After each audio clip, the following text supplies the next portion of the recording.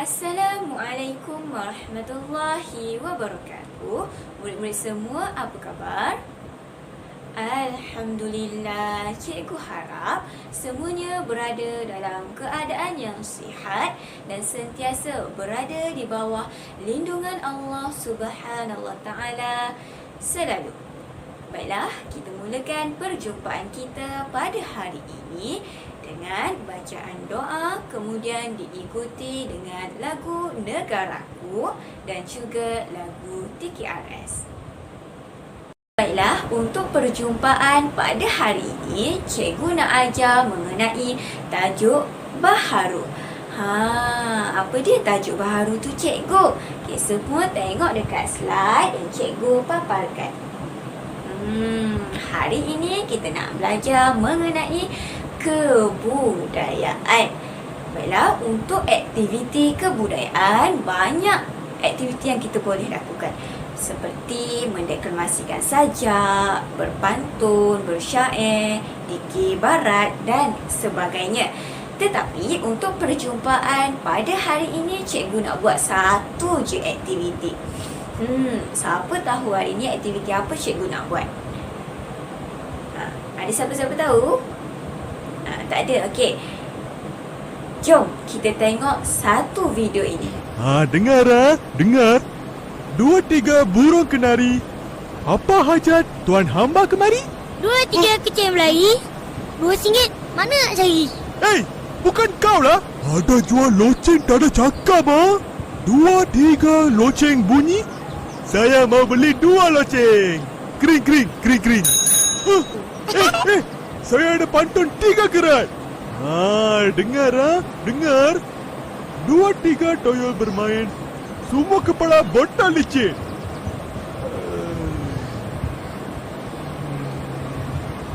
Rupa-rupanya dia ipin. Bagus. 2-3-4 lah Nun. Mari cari harta karun. Baiklah, untuk yang pertama, cikgu akan jelaskan mengenai pengertian pantun. Cikgu yakin murid-murid semua dah pernah dengar dah apa itu pantun. Tapi mungkin tak tahu apa dia pengertian dia. Okey, jadi hari ini cikgu akan jelaskan. Pantun ini dia merupakan salah satu daripada puisi tradisional yang telah wujud sejak zaman berzaman lagi. Maksudnya pantun ni dah ada lama dah. Bukan zaman sekarang je orang berpantun. Pantun ni dah ada sejak zaman nenek moyang kamu lagi. Dan kenapa orang zaman dulu, orang zaman sekarang dia suka berpantun? Kenapa? Ada siapa-siapa tahu? Ada tu sebab dia kan. Okey. Pantun ni, kenapa orang suka berpantun? Kenapa orang buat pantun? Antara sebabnya ialah mereka menjadikan pantun sebagai salah satu cara untuk mereka meluahkan idea ataupun apa yang ada dalam fikiran mereka dan apa yang ada dalam hati mereka, perasaan mereka. Mereka nak meluahkan sesuatu dengan cara menghasilkan pantun. Jadi sebab itulah orang buat pantun. Kadang-kadang orang dia takut tahu nak cakap direct. Jadinya dia pun buatlah pantun dengan harapan orang boleh baca dan orang boleh faham apa sebenarnya pemantun ni nak sampaikan. Itu adalah pengertian pantun. Untuk pengetahuan murid-murid, pantun ni dia ada banyak jenis. Dia ada yang jenis 2 kerat, ada yang 4 kerat, 6 kerat, 8 kerat, 12 kerat pun ada. Tapi untuk hari ini cikgu akan ajar pantun 4 kerat. Pantun 4 kerat. Dan cikgu akan jelaskan apa dia ciri-ciri pantun 4 kerat ini. Baiklah, yang pertama ialah setiap bait, setiap bait ataupun rangkap pantun terdiri daripada 4 kerat. 4 kerat ni apa? 4 kerat ni 4 baris lah. Satu rangkap ada 4 kerat. Okey, 4 kerat ataupun 4 baris. Okey, 1, 2, 3, 4 dikira satu bait ataupun satu rangkap. Okey, kemudian setiap baris itu dia terdiri daripada 8 hingga 12 suku kata. Apa maksudnya? Okey, contohnya cikgu bagi satu baris, okey. Berguru kepalang ajar. Baris ataupun kerat yang cikgu baca tadi itu dia merupakan pantun. Okey, merupakan pantun. Dan dalam baris itu dia ada 8 suku kata. Berguru kepalang ajar. Itulah yang dimaksudkan suku kata. Okey. Dan ciri-ciri yang ketiga ialah rima akhir pantun ini dia berakhir dengan A, B, ataupun A. Okey, nanti kita akan tengok. Baiklah, kita sambung kepada jenis-jenis pantun. Pantun yang pertama ialah pantun nasihat. Apa tu pantun nasihat? Pantun nasihat ini ialah pantun yang dihasilkan bertujuan untuk memberikan didikan moral ataupun nasihat kepada pembaca dan juga pendengar. Jenis pantun yang kedua ialah pantun kiasan. Pantun kiasan ini kebiasaannya isi yang terkandung dalam pantun tersebut merupakan isi yang tersirat dan ayat yang digunakan ataupun perkataan yang digunakan merupakan kiasan. Cikgu bagi contoh, berguru kepalang ajar bagaikan bunga kembang tak jadi. Okey, itu adalah pembayang. Okey, atas dia ada lagi 2 kerat. Okey, dia ada lagi 2 baris. Yang cikgu baca tadi adalah pembayang dia. Berguru kepalang ajar bagai bunga kembang tak jadi. Jadi dia ada bagai di situ. Itu menunjukkan kiasan. Okey, pantun yang ketiga ialah pantun jenaka. Pantun jenaka ini ialah salah satu tujuannya untuk memberikan hiburan kepada orang yang mendengar ataupun orang yang membaca pantun tersebut. Dan pantun jenaka ini mampu untuk menimbulkan keseronokan apabila kita mendengarnya. Okay, pantun yang keempat ialah pantun teka-teki. Pantun teka-teki ni cikgu rasa semua tahu kan macam mana. Okay, dalam pantun teka-teki ini kebiasaannya ataupun selalunya di baris yang terakhir dia ada pertanyaan ataupun dia ada persoalan. Contohnya, rangkap ketiga dia, baris ketiga dia macam ni. Kalau tuan bijak bestari, buah apakah kulitnya di luar? Itu contoh. Contoh sahaja yang cikgu bagi. Kebiasaannya kerat ataupun baris yang terakhir dia ada persoalan. Seterusnya pantun yang kelima ialah pantun agama. Pantun agama ni dia lebih kurang sama sahaja dengan pantun nasihat. Cumanya pantun agama ini dia lebih membahaskan mengenai manusia dan juga penciptanya. Dan pantun agama ini dia lebih spesifik menjelaskan mengenai unsur-unsur keagamaan, unsur-unsur nilai murni dan moral yang ingin diterapkan dalam diri masyarakat. Jenis pantun yang keberapa? Jenis yang yang keenam pula ialah pantun adat. Pantun adat ini kebiasaannya membicarakan mengenai adat, mengenai adat, budaya sesuatu kaum. Dia nak menceritakan ataupun dia nak menyindir. Pantun ni juga kita boleh gunakan untuk menyindir, untuk menyindir, tapi menyindir benda-benda yang baiklah. Ataupun nak menyindir benda yang ataupun orang gunakan pantun ni sebagai salah satu cara untuk menyindir, tetapi menyindir dengan menggunakan bahasa-bahasa yang sopan.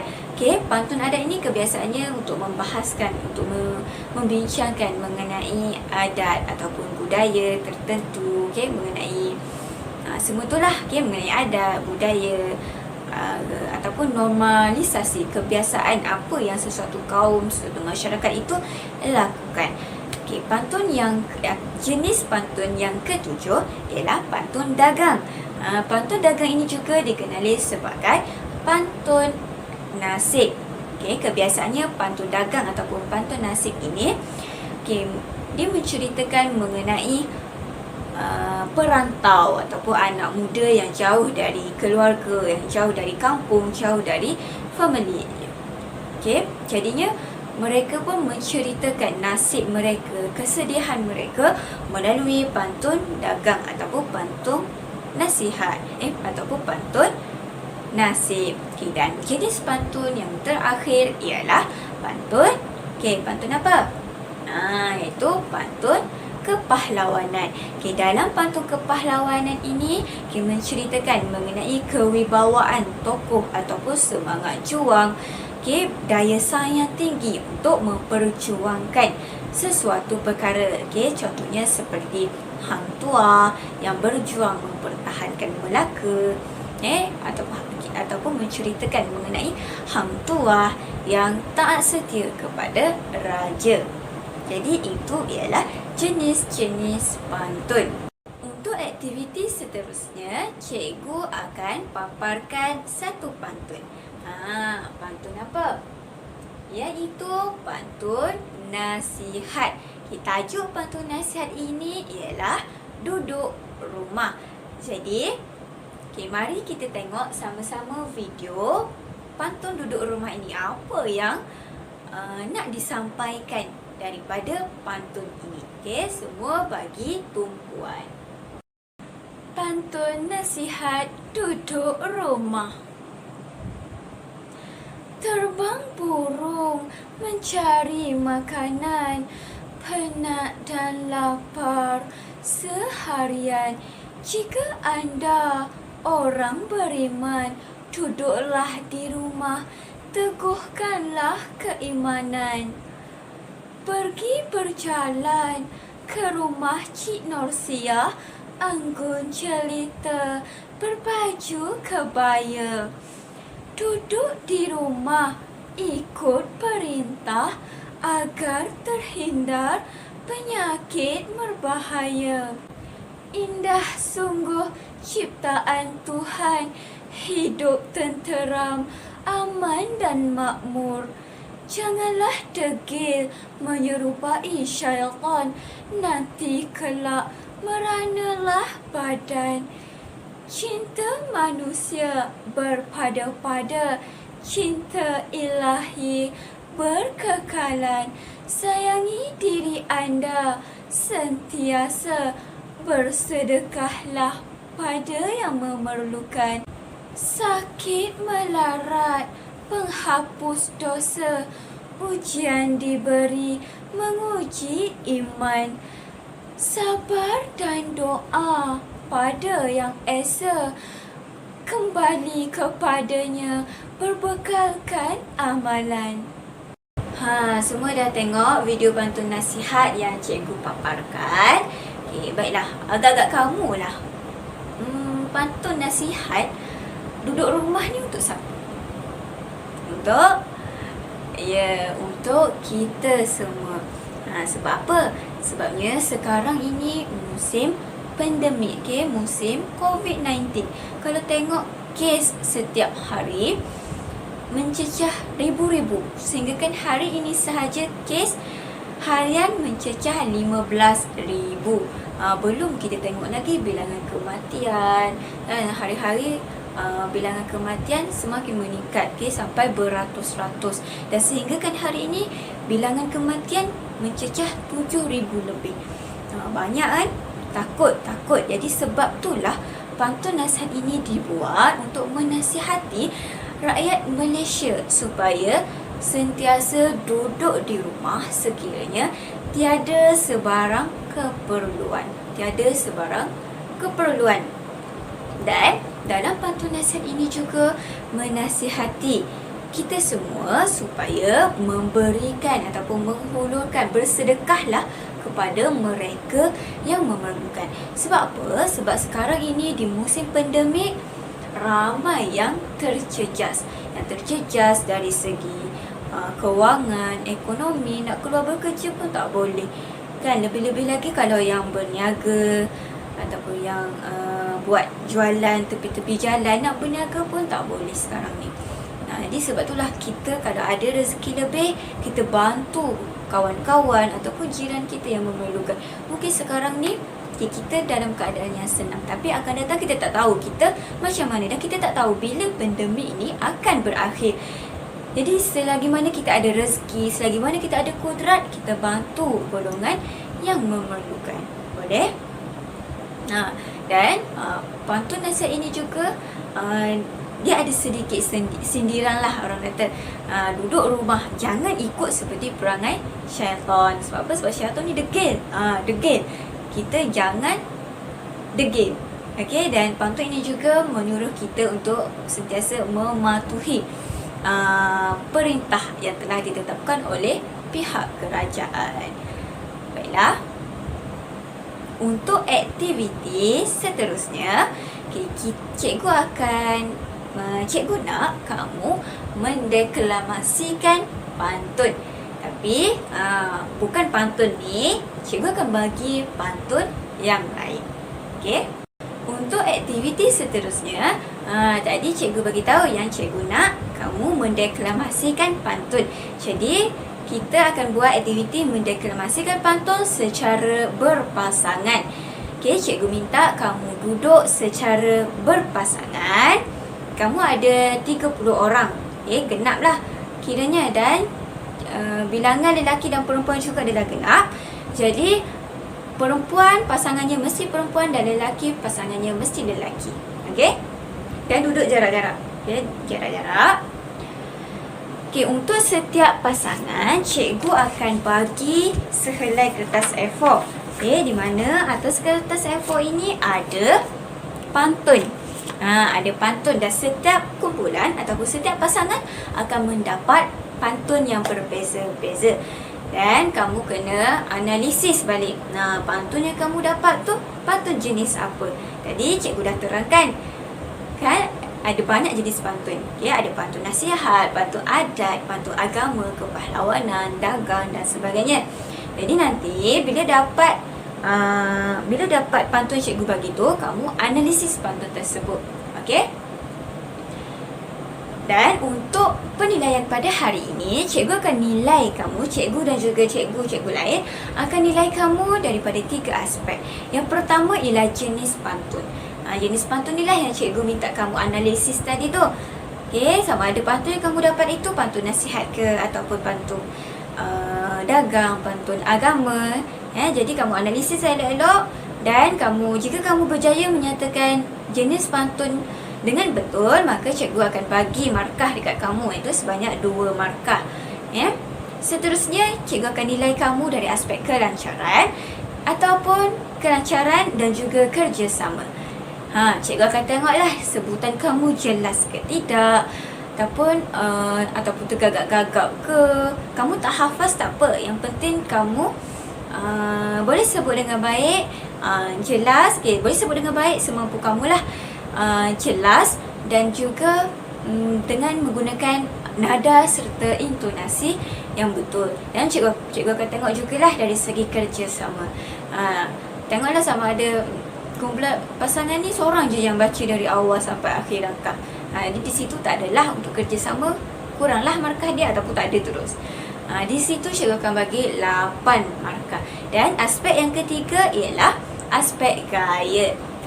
Gaya ni cikgu akan bagi juga markah, sama ada gaya tu bersesuaian ataupun menarik tidak dengan pantun yang kamu sampaikan.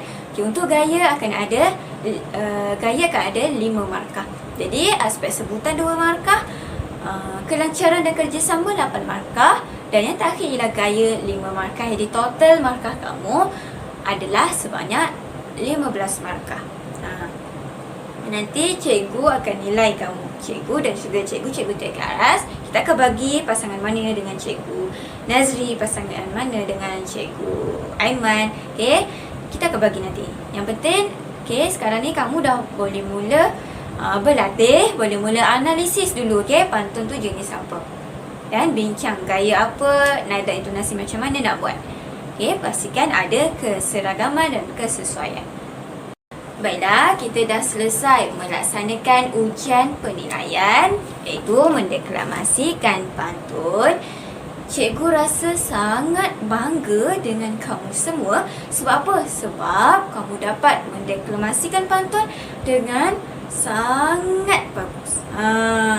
Kita belajar tak sampai pun 1 jam, tapi kamu dapat membuat persembahan yang sangat bagus. Sehingga ke tadi cikgu tengok markah ramai yang dapat full mark, menunjukkan bahawa kamu semua memang berbakat dan untuk berpantun. Jadi cikgu harap lepas ni kalau pihak sekolah ada buat pertandingan pantun, okay, pertandingan berpantun, maka kamu join lah, okay, ambil bahagian. Okay, tak kisahlah sama ada peringkat sekolah ke peringkat daerah ataupun kebangsaan, okay, ambil peluang sertai pertandingan tersebut untuk dapatkan lebih banyak pengalaman. Dan bila kita menyertai pertandingan berpantun ini, kita akan lebih banyak lagi mengetahui pantun-pantun yang wujud di Malaysia ataupun pantun-pantun yang dihasilkan oleh pengkarya yang hebat. Okey. Dan bila kita belajar mengenai pantun ini, menunjukkan bahawa kita menghargai warisan budaya yang ditinggalkan oleh nenek moyang kita kepada kita. Itu sahaja untuk pembelajaran kita pada hari ini. Kita jumpa lagi untuk perjumpaan pada masa akan datang. Sekian, Assalamualaikum warahmatullahi wabarakatuh. Jumpa lagi.